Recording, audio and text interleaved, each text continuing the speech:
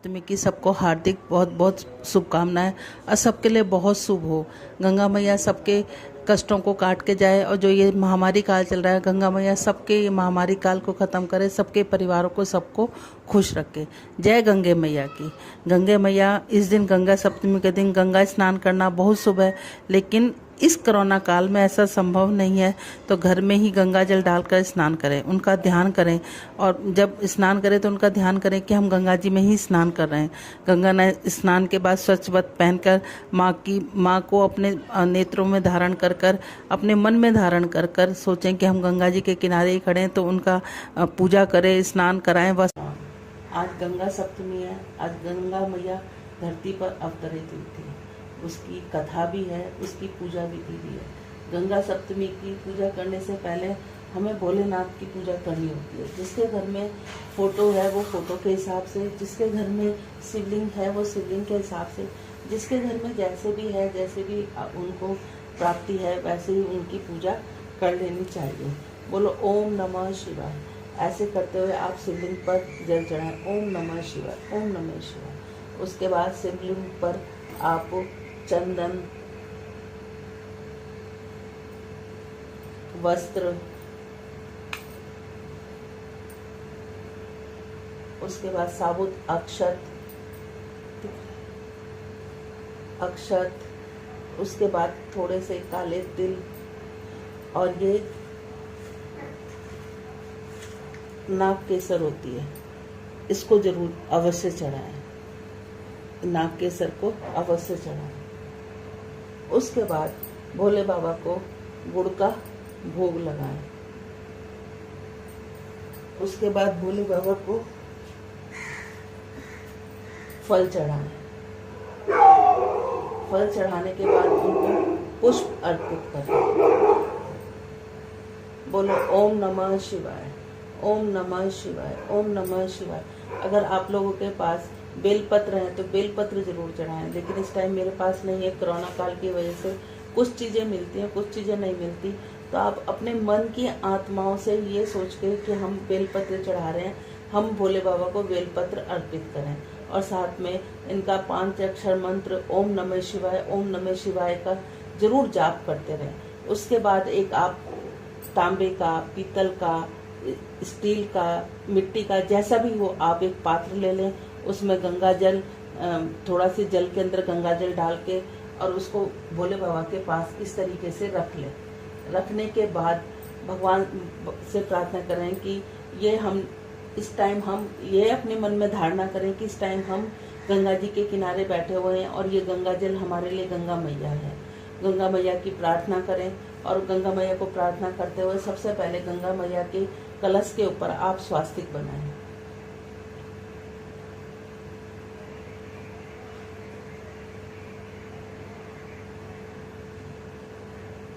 स्वास्तिक बनाएं। उसके बाद उनको जरा सा ये चंदन रोली उस कलश के अंदर डाल दें। उसके बाद उसके अंदर आप ये साबुत अक्षत जरूर डालें। उसके बाद उसके अंदर थोड़ा सा गुड़ जरूर डालें। उसके बाद उसके अंदर एक पुष्प डाल दें। पुष्प डालने के बाद उस पे कलावा बांधें।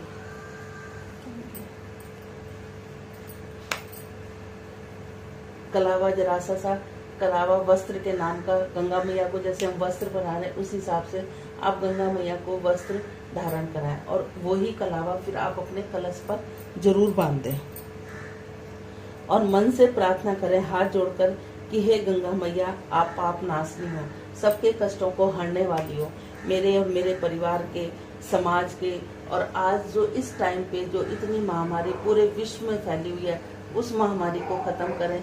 हे गंगा मैया पवित्र पावनी, आप हमारा सबका उद्धार करें।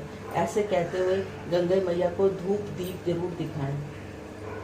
धूप दीप दिखाने के बाद गंगा मैया की आप आरती करें। गंगा मैया की आप आरती जरूर करें और आरती करें और साथ में गंगा मैया को फल अर्पित करें। बोलो गंगा मैया की जय। फल अर्पित करने के बाद आप गंगा मैया की आरती करें, फल अर्पित करें। इस जल को सूर्य नारायण को दे दें। आपकी ऐसी जगह पर आप रह रहे हो कि जहाँ आप सूर्य नारायण को नहीं दे सकते, आपकी बालकनी है, सूर्य भगवान नहीं दिखते, कोई दिक्कत नहीं है।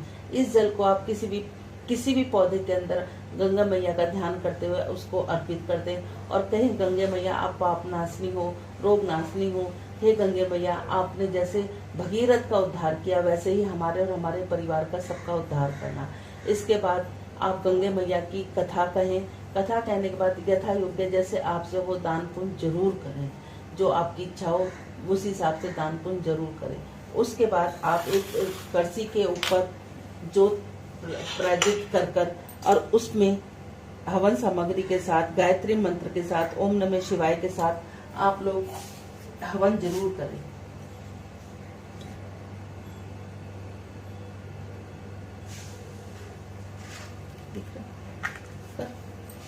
हवन जरूर करें। हवन में सबसे पहले आप गंगा मैया का ध्यान करके उसी जो पात्र में आपने जल लिया उसी जल से आप उसको पवित्र करें, फिर उनको तिलक अर्पित करें, फिर उसको बाद आप उनके अंदर लौंग अर्पित करें।